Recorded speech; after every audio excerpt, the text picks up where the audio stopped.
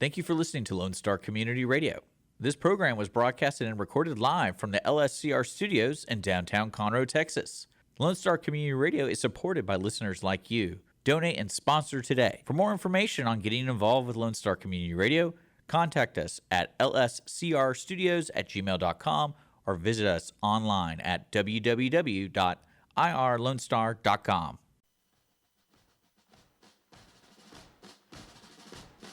Welcome to Veterans Air, the Veterans Hour. This is a very special broadcast of Veterans Air. The Veterans Hour, your source for news, talk, and uncensored commentary here on Lone Star Community Radio.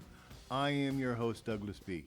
You can listen to us live the first Tuesday of every month on veteransair.us and on Conroe's very own FM 106.1 and 104.5.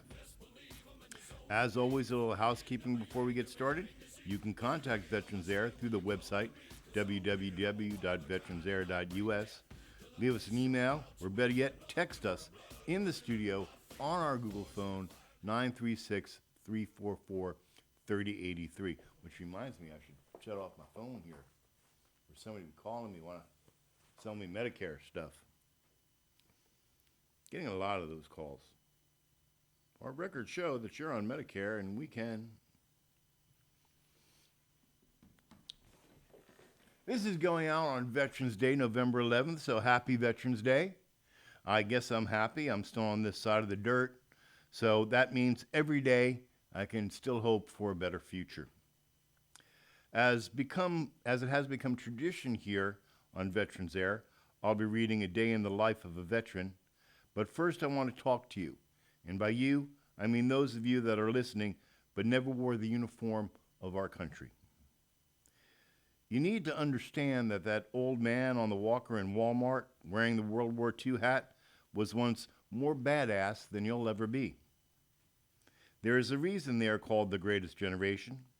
They are the greatest generation because of their actions, their deeds, what they created, and what they stood for, and for the hardship and sacrifices they made. Everyone, both soldier and civilian. So before you push them out of the way or get disgusted on how slow and not with it they are, remember, 50 years ago, they'd knock your teeth out with one punch for being disrespectful. That long gray-haired old man with the long unkept beard, wearing the Vietnam ball cap, he spent his 18th birthday in the jungles of a hell called Vietnam, knee deep in the mud, the muck, the blood, and the guts of his fellow soldiers. The bullets took his friends, and when he got back home to a country that didn't want him, the lawyers took everything else.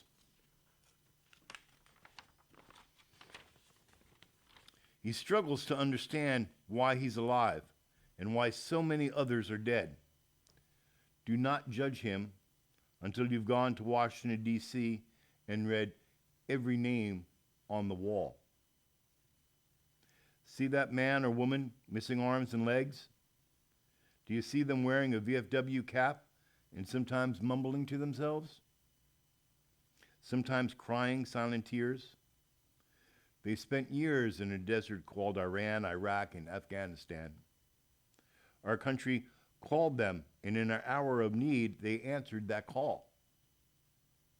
They have returned to us with crushed bodies or minds that would cripple the average Joe. But they're getting up each morning and doing what they need to do. All of these people, whether broken or whole, have something in common. They're all brothers and sisters to each other. These people deserve dignity and respect because not only have they earned it, they have paid for it at a price you'll never understand. You don't need to love or even like a veteran.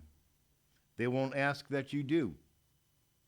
But one day a year, you should stop and thank a veteran. That veteran is probably your mother, father, sister, brother, aunt, uncle, or cousin. There are 16.5 million veterans in America by last count. That's 6.4% of the population. All All any veteran asks is that his or her nation recognizes them and what they once did. You're out there on the streets waving other countries' flags. You're not a Palestinian. You're not Venezuelan. You're not Mexican. You're not Italian or French or any other country you may pick. You are an American. Go ahead and protest. Veterans, both living and dead, gave you that right. But know this, as your peaceful protests burned down cities. Veterans took an oath to support and defend the Constitution from all enemies, foreign and domestic, and bear true faith and allegiance to the same. You see, no one ever released them from their oath. Medicare can be confusing, but it doesn't have to be. My name is Andrea Corpening, and I am an agent authorized to offer AARP Medicare plans from United Healthcare Insurance Company. I would be happy to help you better understand Medicare, your coverage options, and discover what may make AARP Medicare plans from United Healthcare a great choice for you. Call me, Andrea Corpening, today at 281-773-6239 so you can decide on a plan with confidence. That's 281-773-6239.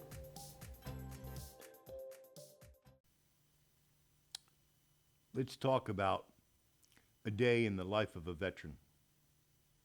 I wrote this in the middle of the night a couple of years ago, and I haven't changed it much since.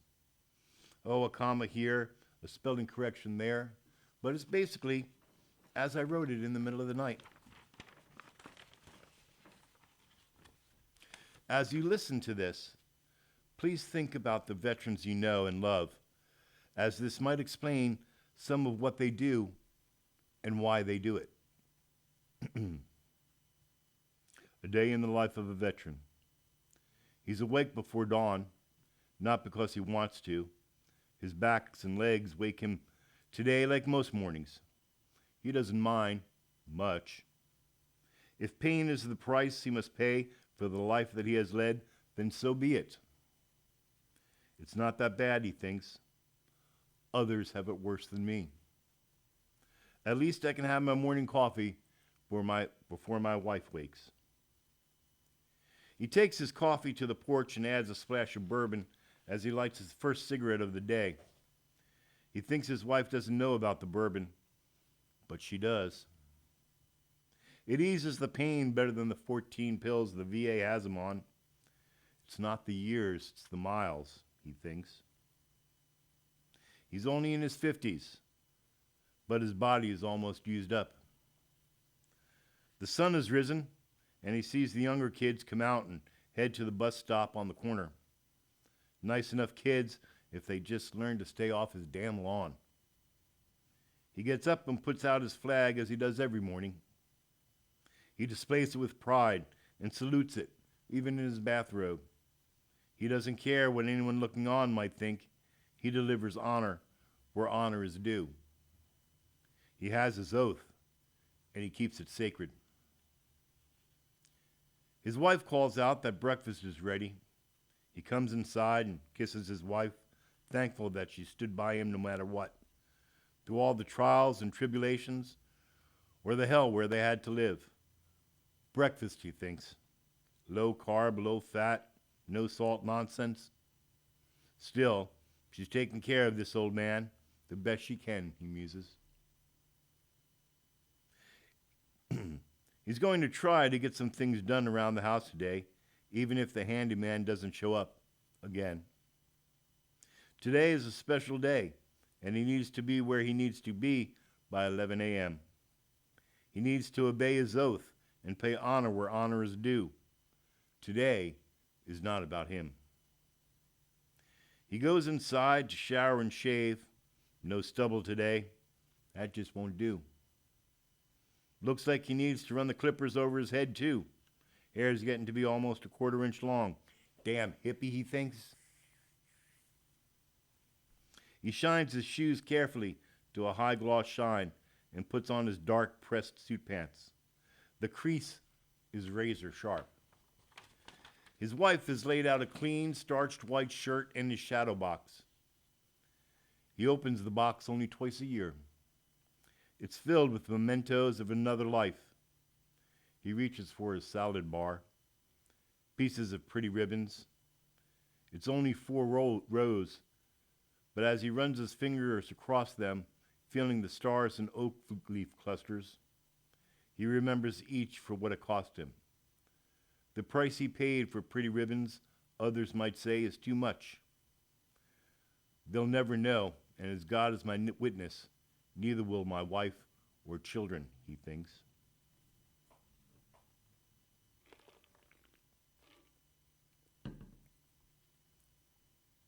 He pulls into the parking lot and sees others have already started to form up. He takes his place in line along with others like himself, dressed right, wearing their own ribbons. Nodding to friends, he comes to attention. Damn cane, he thinks, breaks the line of his cut. At least he doesn't need to be in the wheelchair this year. He gives thanks to the neurosurgeons that fused steel to his spine, allowing him to leave the chair behind today. The music starts. He salutes the flag and recites the pledge. That pledge means something to him and others gathered there today. After the ceremony, he'll follow the VIPs and dignitaries inside for coffee and cake. He'll look around at these gathered men and women, some old, some young, all bearing witness to what they paid for the oath they took. Today is Veterans Day, a day this country honors men and women like him, those that survived their service to their country, and he knows he's just another old wolf in a pack of old wolves. Battered and bruised, weak of body, yet stout of heart, still strong-willed, his determination and honor have not faltered through the passing of the years. He knows his country will never look to him again to be their warrior, but he knows if his countrymen did call him, he'd answer that call. His oath, you see, his oath is never weakened. He thinks, someday I'll stand before the gates of Valhalla, before God and those who came before me, and they will ask, who are you, and what have you done? He shall answer in a voice both clear and strong, I am what others failed to be.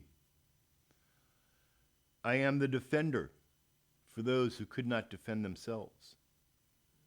I am a protector for those who could not protect themselves. I guard the gates of my country and my countrymen. I am a U.S. soldier, and I'm finally home.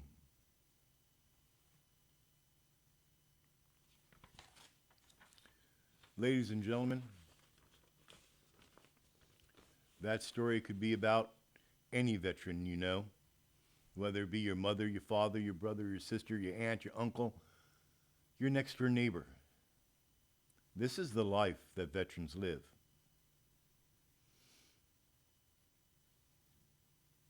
Being a veteran is an earned title, and it's earned with their blood, sweat, and tears. All any veteran asks is that you remember them and our fallen brethren. I want to thank you for listening to the short broadcast of Veterans Era and Veterans Day. And I want to leave you with this song by our friend Sailor Jerry. You can go download it from veteransera.us or on iTunes.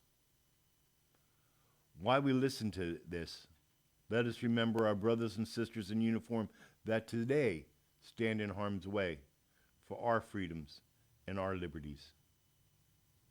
If you are wearing the uniform, if you have worn the uniform, I want to say to you, thank you. I want to say, I'm proud of you. And until next month, stay safe and stay vigilant.